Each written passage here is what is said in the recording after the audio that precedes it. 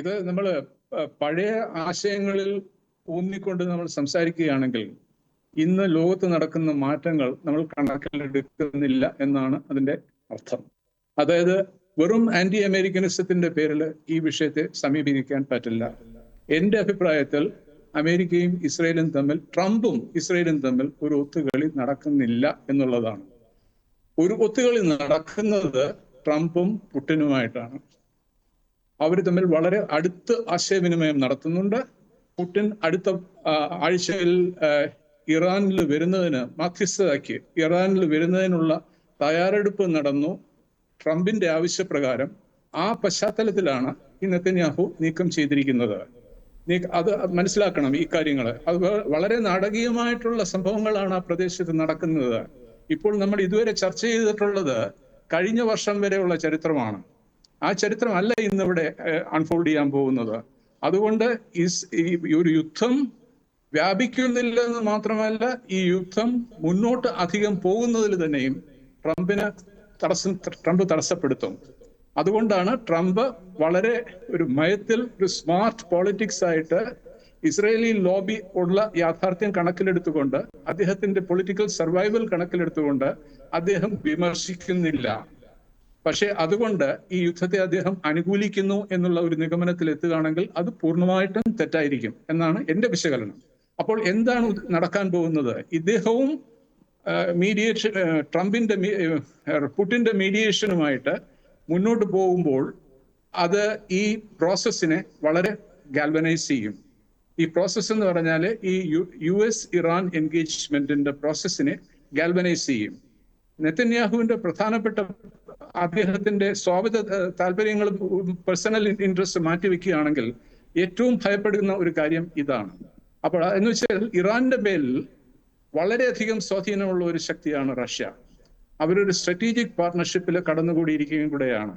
പിന്നെ ഇസ്രയേലിന്റെ നിലനിൽപ്പിന് ഈ റഷ്യയുടെ പിന്തുണ എല്ലാ കാലത്തും കിട്ടിക്കൊണ്ടിരുന്ന ഒരു സോഴ്സാണ്.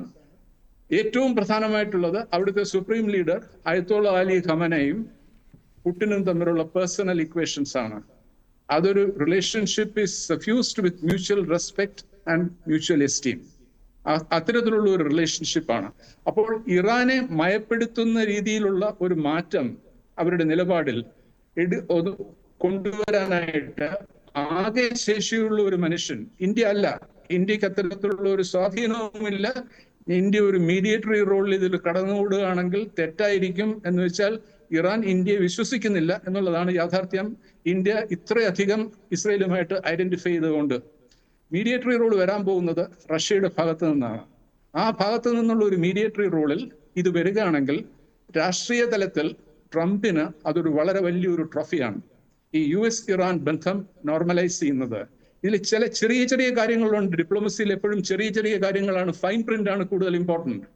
മെയ് 1 ഇസ്രയേലിന്റെ പ്രധാനപ്പെട്ട ചാരൻ വൈറ്റ് ഹൗസിൽ ഉണ്ടായിരുന്ന നാഷണൽ സെക്യൂരിറ്റി അഡ്വൈസർ മൈക്ക് വാൾസിനെ ട്രംപ് ആ സ്ഥാനത്ത് നിന്ന് മാറ്റി. ഇന്റലിജൻസ് ഇൻപുട്ട് കൊണ്ടാണ് നടത്തിയത്, വളരെ യാഥാർത്ഥ്യമാണ്. അതിനുശേഷം മാറ്റിയതിന്റെ 3-ാം ദിവസം 4-ാം ദിവസം തൊട്ട് നാഷണൽ സെക്യൂരിറ്റി കൗൺസിലിൽ ഈ പ്രോ ഇസ്രയേലി ആയിട്ടുള്ള ഹോക്സ്, വാർ ലോബിയിലുള്ള ഹോക്സ്, അവരെ ഇൻഫിൽട്രേറ്റ് ചെയ്തിരുന്നു. വാൾസ് കൊണ്ടുവന്ന അദ്ദേഹത്തിന്റെ ആളുകളെ അവരെ എല്ലാം പുറത്താക്കി. അടുത്ത 3 ആഴ്ച കൊണ്ട് അവരെ എല്ലാം പുറത്താക്കി. പിന്നെ വേറൊരു കാര്യം ആലോചിച്ച് നോക്കൂ. എന്തിനാണ് അദ്ദേഹം വിറ്റ്കോഫിനെ കണക്കുള്ള ഒരു മനുഷ്യനെ സ്പെഷ്യൽ എൻവോയ് ആയിട്ട് ഇറാന്റെ കാര്യത്തിൽ കടന്നുകൂടിയിരിക്കുന്നത്? അദ്ദേഹം ഒരു ബിസിനസ്സുകാരനാണ്. ട്രംപിനെ സംബന്ധിച്ചിടത്തോളം ഈ നോർമലൈസേഷൻ വരികയാണെങ്കിൽ ഇറാൻ, നമ്മളെ ഒരു വലിയ തെറ്റിദ്ധാരണയുള്ളത് ഇറാൻ ആന്റി അമേരിക്കൻ ആണെന്നുള്ളതാണ്. ആന്റി അമേരിക്കൻ അല്ല. ഇറാനിലെ എലീറ്റ്സ് അമേരിക്കയുമായിട്ട് നല്ല ബന്ധം പുലർത്തണമെന്ന് വളരെ ആത്മാർത്ഥമായിട്ട് ആഗ്രഹിക്കുന്ന ഒരു രാജ്യമാണ്. പക്ഷേ ഈ സാങ്ഷൻസ് അതിന് തടസ്സമായിട്ട് നിൽക്കുന്നു. അപ്പോൾ സാങ്ഷൻസിനെ എങ്ങനെയെങ്കിലും മാറ്റി ഒരു ബന്ധം സ്ഥാപിക്കുക എന്നുള്ളത് മ്യൂച്വൽ ഇൻട്രസ്റ്റ് ആണ്. ഇറാനും ഇൻട്രസ്റ്റ് ആണ്, അമേരിക്കയ്ക്കും ഇൻട്രസ്റ്റ് ആണ്. ഇപ്പോൾ ഇതുപോലെ തന്നെയാണ് വിറ്റ്കോഫ് യുക്രൈനിന്റെ പ്രശ്നത്തിൽ സമീപിക്കുന്നത്. ഈ യുക്രൈനിന്റെ പ്രശ്നം പരിഹരിക്കുകയാണെങ്കിൽ റഷ്യയുടെ റിസോഴ്സസും മറ്റും കൈകാര്യം ചെയ്യുന്ന രീതിയിലുള്ള അമേരിക്കൻ ഇൻവെസ്റ്റ്മെന്റ്സ് റഷ്യയിൽ സാധ്യമാകും. വിറ്റ്കോഫിനെ ട്രംപ് കൊണ്ടുവന്നിരിക്കുന്നത് തന്നെയും ട്രംപിന്റെ അജണ്ട എന്നാണെന്നുള്ളതിന്റെ ഒരു വലിയൊരു ഇൻഡിക്കേറ്ററാണ്. ഇതിലൊരു വലിയ ഇക്കണോമിക് കണ്ടന്റ് ഉണ്ട്. അദ്ദേഹത്തിന്റെ അമേരിക്കൻ ഫസ്റ്റ് എന്നുള്ള പ്രസത്തിൽ കൂടെയാണ് അദ്ദേഹം ഈ പ്രശ്നങ്ങളെ ഇന്ന് സമീപിക്കുന്നത്. അതുകൊണ്ട് ഇന്നലെ വരെയുള്ള ചരിത്രം നമ്മൾ മാറ്റി നിർത്തണം, അല്ലെങ്കിൽ ആശയക്കുഴപ്പം ഉണ്ടാവും. അപ്പോൾ ഇത് നടക്കാൻ പോകുന്നത് ഈ ട്രംപ് പുടിന്റെ മധ്യസ്ഥതയിൽ ഈ അവശേഷിക്കുന്ന ചില പ്രശ്നങ്ങളുണ്ട്. എത്ര ശതമാനം ഈ എൻറിച്ച്മെന്റ് സമ്മതിച്ചു കൊടുക്കണം ഇറാന് എന്നുള്ള ചില കാര്യങ്ങളുണ്ട്. പിന്നെ എൻറിച്ച്മെന്റ് അതിൽ കൂടുതൽ വരികയാണെങ്കിൽ എൻറിച്ച് ചെയ്ത യുറേനിയം എവിടെ കൊണ്ടുചെല്ലാം എന്നുള്ളത്. റഷ്യ വാഗ്ദാനം ചെയ്തിരിക്കുന്നത് ഈ എൻറിച്ച് ചെയ്യുന്ന യുറേനിയത്തിനെ അവരുടെ രാജ്യത്ത് സ്റ്റോർ ചെയ്യാമെന്നുള്ളതാണ്. വേറൊരു കോംപ്രമൈസ് ഫോർമുല ഇപ്പൊ തന്നെ വന്നിരിക്കുന്നത്, ഈ എൻറിച്ച് ചെയ്യുന്നത് ഒരു കൺസോർഷ്യം ഓഫ് നേഷൻസ്, ഇറാൻ അതിന് ഓപ്പൺ ആണെന്നാണ് കാണിക്കുന്ന സൂചന, കൈകാര്യം ചെയ്യുന്നു. അതിനുശേഷം എൻറിച്ച് ചെയ്തതിനു ശേഷം ഇത് റഷ്യയിലേക്ക് മാറ്റുന്നു. അപ്പോൾ ആലോചിച്ച് നോക്കൂ, ഈ രീതിയിൽ എടുക്കുന്ന സമയം നമ്മളൊരു ഒരു ന്യൂ മിഡിൽ ഈസ്റ്റ് എന്നൊക്കെ പറഞ്ഞാൽ ഇതാണ് പുതിയ മിഡിൽ ഈസ്റ്റ് വരാൻ പോകുന്നത്. ഇന്ന് അറബ് രാജ്യങ്ങളിൽ തന്നെയുള്ള മാറ്റം കണ്ടു. അവിടുത്തെ എല്ലാ രാജ്യങ്ങളും പറഞ്ഞിരിക്കുന്നത് അവരുടെ എയർ സ്പേസ് ഉപയോഗിച്ച് ഇറാനെ ആക്രമിക്കാൻ അവർ സമ്മതിക്കുന്നില്ല എന്നുള്ളതാണ്. ചിന്തിക്കാവുന്ന ഒരു കാര്യമായിരുന്നു ഇന്നലെ വരെ? അല്ല. അവരൊക്കെ ഡൈവേഴ്സിഫൈ ചെയ്യുകയാണ് അവരുടെ ഇക്കണോമിക് റിലേഷൻഷിപ്പും പൊളിറ്റിക്കൽ റിലേഷൻഷിപ്പും. ബ്രിക്സിൽ കടന്നുകൂടിയിരിക്കുകയാണ് അറബ് രാജ്യങ്ങൾ. അപ്പോൾ അത്തരത്തിലുള്ള ഒരു ഇതിൽ പിന്നെ അതേസമയം അമേരിക്കയിലെ മൂഡ് എന്താണെന്ന് ലോസ് ആഞ്ചലസിൽ നടക്കുന്നത് കാണുന്നു. ഏതാണ്ട് സിവിൽ വാർ കണ്ടീഷൻസ് ആണ് അവിടെ ഉള്ളത്. അവർക്ക് പണമില്ല, ഒരു കോണ്ടിനെന്റൽ വാർ നടത്തുന്നതിന് അവർക്ക് ഇന്ന് ശേഷിയില്ല. അതുകൊണ്ട് മിലിറ്ററി ഓപ്ഷൻ എന്നുള്ള ഒരു ഓപ്ഷനെ അവരുടെ ട്രംപിന്റെ കൺസിഡറേഷൻ സോണിൽ ഇല്ല എന്നുള്ളതാണ് നഗ്ന യാഥാർത്ഥ്യം. അതുകൊണ്ട് ഈ പുടിൻ എന്താ ഉദ്ദേശിക്കുന്നത്? ഈ രീതിയിൽ ട്രംപിനെ സഹായിക്കുകയാണെങ്കിൽ അത് റഷ്യ അമേരിക്ക ബന്ധത്തിന്റെ ഒരു വളരെ അപ്ലിഫ്റ്റ് ആവും.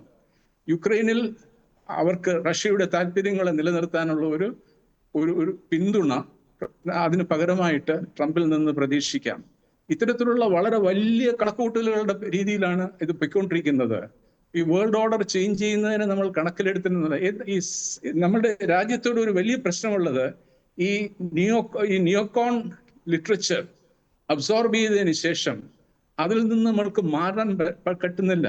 ട്രംപ് ഉദ്ദേശിക്കുന്ന കാര്യങ്ങൾ വേറെ രീതിയിലാണ് ഇന്ന് ഉദ്ദേശിക്കുന്നത്. അദ്ദേഹത്തിന് യുദ്ധം കൊണ്ട് ഒന്നും നേടിയെടുക്കാനില്ല. അദ്ദേഹത്തിന് ആകെ ഇനിയുള്ളത് 3.5 വർഷത്തെ ഭരണമാണ്. അദ്ദേഹത്തിന്റെ ലെഗസി ക്രിയേറ്റ് ചെയ്യുകയാണെന്ന്. വളരെ അംബിഷ്യസ് ആയിട്ടുള്ള ഒരു പൊളിറ്റീഷ്യനാണ് അദ്ദേഹം. അപ്പോൾ അദ്ദേഹം ഉദ്ദേശിക്കുന്നത് സമാധാനത്തിന്റെ ഒരു വക്താവായിട്ട് ചരിത്രത്തിൽ ഒരു ചാപ്റ്റർ എഴുതി വെക്കണമെന്നുള്ളതാണ്.